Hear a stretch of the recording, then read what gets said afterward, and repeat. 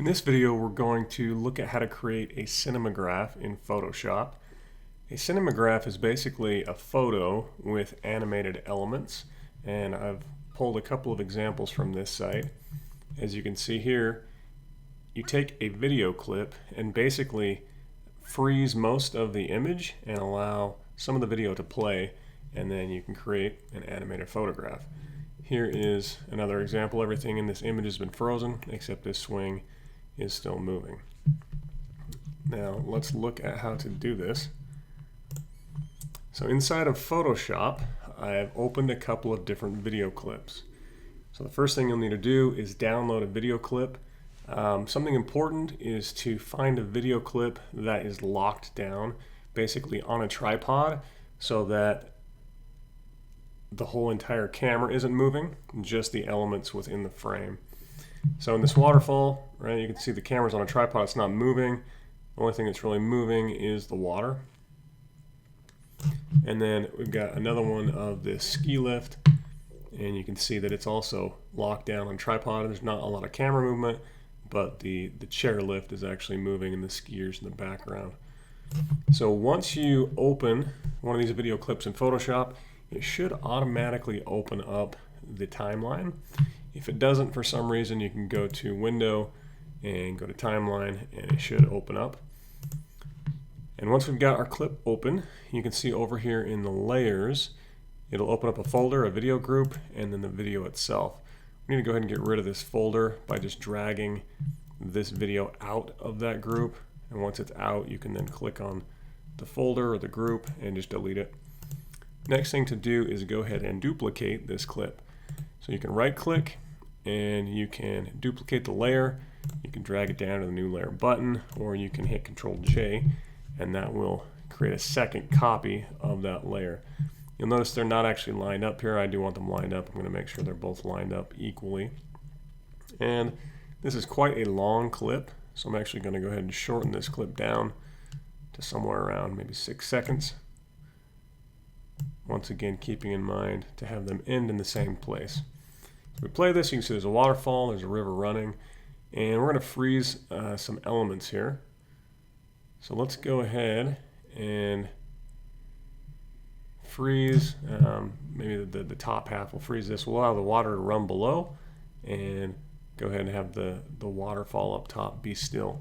So first thing to do, since these are both video clips, is to go ahead and rasterize the top one, which will basically turn it into a photograph. It'll no longer be a moving video clip. So right click on the layer name and go to rasterize layer. So now if we play through it, you can see it's a photo. There's nothing moving on that top layer. If we hide that top layer, the bottom layer is still a video clip. So once you've done that and it's rasterized, you can then go ahead and pick one of your selection tools, and you'll go to Select and Mask. Now to make this a bit easier to see, you might want to change your view to something like onion skin. And I'd also want to be able to have this semi-transparent, so I'm actually going to hide my background layer for a moment. And I'll go back to Select and Mask. There we go. So you can control your brush with your bracket keys. And you're going to want to go ahead and grab the brush tool here and just paint some of your image. I'm going to adjust the feather just slightly.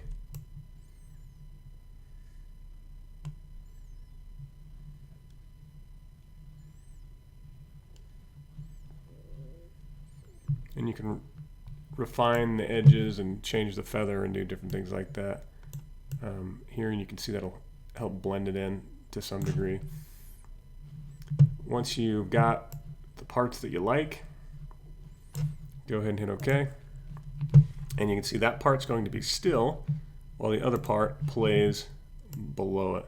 So here the waterfalls, except for this piece, are completely still while the rest of the image is moving.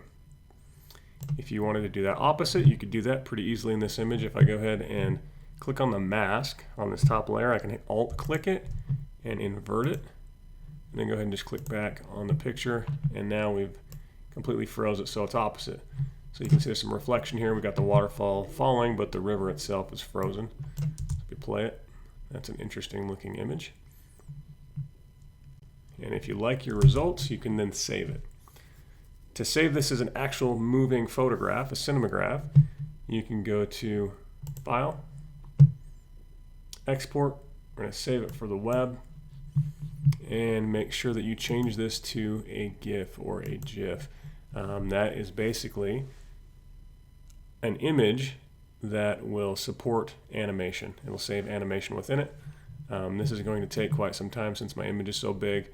So if I were going to do this, I would change the size down and make it quite a bit smaller. So I'm going to go ahead and change this. Something like that. Make sure that it's on GIF or GIF, and then I'm going to go ahead and hit save. And then it's going to ask me where I'd like to save it to. Save it right to the desktop. Change the name if you'd like to.